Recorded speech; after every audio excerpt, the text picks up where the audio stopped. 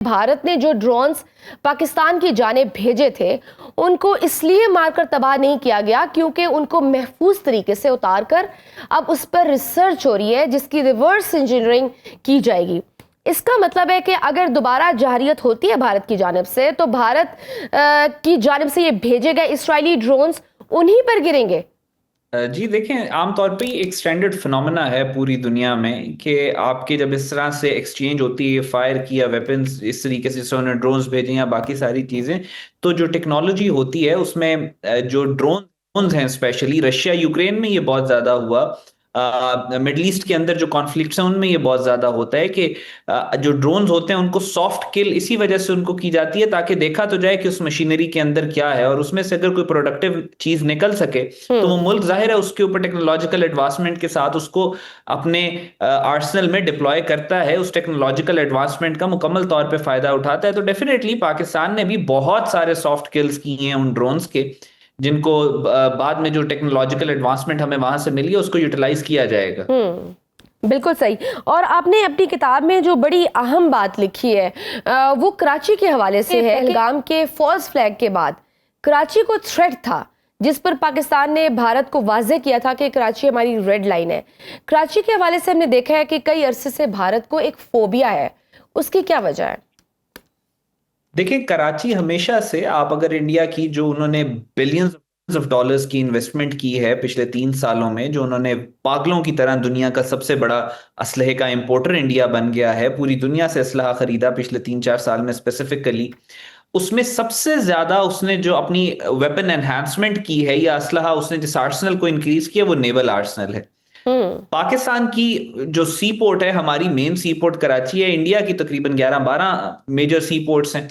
पाकिस्तान की जो सी पोर्ट है, कराची की सी पोर्ट, वो पाकिस्तान की रेड लाइन है। इंडिया ने जो नेवल जो एडवांसमेंट बहुत ज्यादा की है, तो वो जाहिर है वो नेवी जो है वो टारगेट करना चाहेगी पाकिस्तान की जो ये सी पोर्ट्स हैं इनको।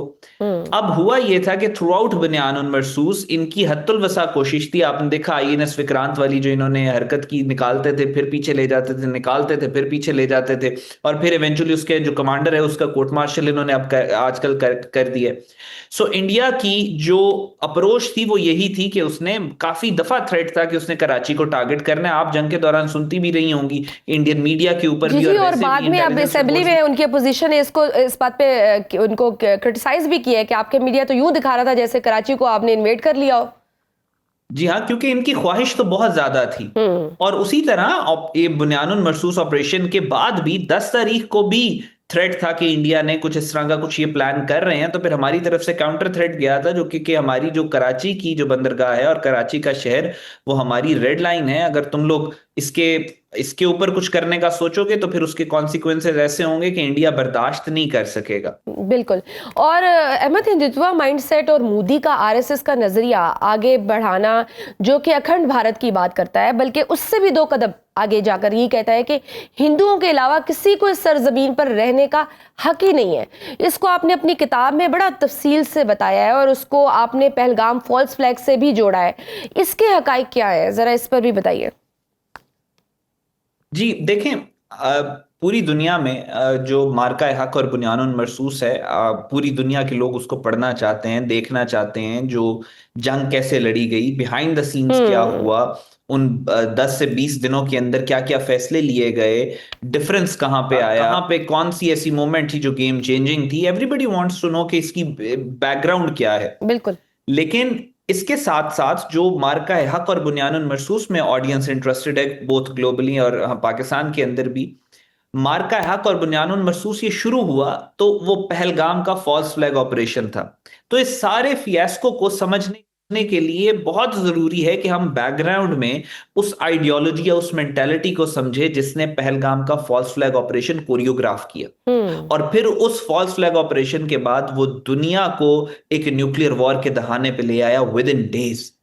सो बिल्कुल। इसको हमने इस बुक में मुकम्मल तौर पे कवर किया, क्योंकि जब तक आप हिंदुत्व को, आरएसएस को, इन चीजों को नहीं पढ़ते, नहीं समझते, आप समझ ही नहीं सकते उस मोटिवेशन को जो हमारे मार्का हक बुनियानुल मरसूस में थी। उस क्लैरिटी ऑफ थॉट आपके अंदर नहीं आ सकता जो इंडियंस को देखने, पढ़ने और समझने के लिए आपके पास होना चाहिए। तो इस वजह से इस बुक में हमने तफसील से इंडिया के पुराने फॉल्स फ्लैग ऑपरेशन, अखंड भारत, हिंदू राष्ट्र, इन तमाम चीजों को कॉन्टेक्स्ट के साथ डॉक्यूमेंटेडली, एविडेंस के साथ हमने प्रेजेंट किया। बिल्कुल। और आपने साइबर वॉर के हवाले से तो पाकिस्तान ने नो डाउट को दुनिया को हैरान कर दिया है। जिस तरह पाक भारत जंग में हमारे साइबर वॉरियर्स ने भारत के फिजाई और अस्करी निज़ाम को जाम किया, इस हवाले से भी आपने तफसील से बात भी की है कि कितनी उम्र के बच्चे थे जिन्होंने मुल्क के लिए ये काम किया है। ज़रा हमारे नाजरीन को भी इस हवाले से बताएं। जी देखें, आजकल की जो मॉडर्न वॉर्स हैं उनमें साइबर वॉर्स जो हैं वो बहुत इंपॉर्टेंट रोल प्ले करती हैं, और हमने बिल्कुल इंडिया को, आप ये कह सकते हैं कि साइबर रेल्म के अंदर ब्लाइंड किया। और जाहिर है वो जिस तरीके से, वो इंडियंस को पता है कि उनके साथ क्या हुई है, और कि किस तरीके से उनके रडार सिस्टम से लेकर उनके टेलीविजन चैनल्स तक क्या चीज ऐसी है जो हमने छोड़ी हो। और ये एक बहुत बड़ा एज है जो पाकिस्तान को मिला है। ये अनसंग वॉरियर्स हैं जिनका आपको नाम भी नहीं पता, आपको पता भी नहीं है कहाँ से ऑपरेट कर रहे हैं, कौन है, ना इनको पजीराई चाहिए। इनको सिर्फ और सिर्फ पाकिस्तान के लिए, इस धरती के लिए, इस मुल्क के लिए इन्होंने ये सब कुछ किया, और आगे आने वाली जंगों में इनका किरदार मजीद बढ़ता चला जाएगा। तो ये बुक में हमने इनको भी ट्रिब्यूट पेश किया है, और कुछ ऐसी चीजें लिखी हैं जो रीडर के लिए पहली दफा ये सुनेंगे अबाउट द साइबर वॉरियर्स, हमारी साइबर वॉरफेयर जो हमने किया, जिसने एक्चुअली गेम का पासा ही पलट दिया, जंग का पासा पलट दिया। तो उसके ऊपर भी डिटेल इंशाल्लाह इस पे हमारी किताब में पढ़ने के लिए मिलेगी रीडर्स को। बिल्कुल। और मजीद डिटेल्स अगर वो जानते हैं तो उसके लिए वो they need to buy the book the war that changed everything. उसमें बड़ा डिटेल से लिखा गया हुआ है। एक तरफ तो भारतीय प्रॉक्सी बेले को आलमी दहशतगर्द तंजीम करार दे दी गया है, वहीं भारत के अंदर सबसे मजबूत अलहदगी की जो तंजीम थी खालिस्तान के हवाले से भी बड़ी अहम पेशरफ सामने आ रही है। एक तो अमरीकी सदर की सिख रहनुमाओं से खतो कुताबत, और दूसरा कनाडा में एम्बेसी खुलने की जो खबरें हैं, इसका कितना बड़ा इम्पैक्ट होगा भारत पर, और दुनिया ने, क्या हम समझें कि दुनिया ने खालिस्तान को कानूनी और पंजाब को भारत से अलग रियासत तस्लीम कर लिया है? देखिए, इसके साथ साथ और बहुत इंपॉर्टेंट डेवलपमेंट है खालिस्तान के बारे में। तो डोनाल्ड ट्रंप के जो लेटर्स हैं और वो सारे आपके सामने हैं, वो आर्म ट्विस्ट कर रहे हैं इंडिया को, और इंडिया को नहीं पता कि उसने इस सारी चीजों के साथ कैसे डील करना है। उन्होंने हरदीप सिंह निज्जर का मर्डर और उसके बाद बहुत जिंगोइस्टिक, अपने दे पंच वे बियॉन्ड देयर वेट। अब वेस्टर्न कंट्रीज में जाके अगर वो मर्डर्स और कत्लो गारत करवा रहे हैं, और करवाने के बाद बड़े खुलेआम उसको ओन भी कर रहे हैं, हाँ भाई हमने करवाई है। आई मीन गौरव आर्या जो एक्स इंडियन आर्मी ऑफिसर है, रॉ का माउथ पीस है, उसने तो ये कहा था कि हमें गैंग्स हायर करके पूरी दुनिया में जेनोसाइड करवाना चाहिए सिखों का। अब ये पब्लिकली जब चीजें ट्रांसलेट होके वेस्टर्न वर्ल्ड के पास जाती हैं, तो वो जाहिर है इंडिया को इतनी स्पेस तो नहीं दे सकते कि वो ये सब कुछ करें। इसके साथ साथ जो खालिस्तान के बारे में आपको बातें नजर आ रही हैं, इसके साथ साथ नागालैंड है, सेवन सिस्टर स्टेट्स की एक रियासत। एक खातून है ग्रेस कॉलिंस के नाम से, अमेरिका, उनको अमेरिकन प्रेसिडेंट ने लास्ट ईयर दिसंबर में जो एक्नॉलेज किया था as honorary president of Nagalim. अब ये एक्चुअली उन्होंने एक्सेप्ट कर लिया कि नागालिम की ऑनररी प्रेसिडेंट है। नागालिम जो है वो इंडिया से अलग होकर करना चाह रही है। So from north to south, from east to west, India की जितनी फ्रीडम मूवमेंट्स हैं, अब इनको पूरी दुनिया के अंदर ब्रीदिंग स्पेस भी मिलेगी, और इनको पजीराई भी मिलेगी, रिकग्निशन भी मिलेगी, और ये इंडिया की स्टेट का जो state terrorism with in India कर रहे हैं, ये और मजीद एक्सपोज भी होता चला जाएगा। सो असल जो इस वक्त इंडिया के अंदर मोदी के जो खिलाफ सेंटिमेंट था, वो बिल्कुल उसको ताकत के जोर पे दफन किया जा रहा था, उसका दम घूंटा जा रहा था। बुनियानुल मरसूस और मार्का हक इतनी बड़ी डेवलपमेंट हुई है कि अब ऑपोजिशन बोल रही है कि तुमने हमसे ये झूठ बोला, ये झूठ बोला। अब अगर ये सिंदूर 2 करेंगे तो उसके बाद क्या इंपैक्ट होगा आप इमेजिन भी नहीं कर सकती। और मुझे ऐसा ये लगता है कि India will start breaking from inside.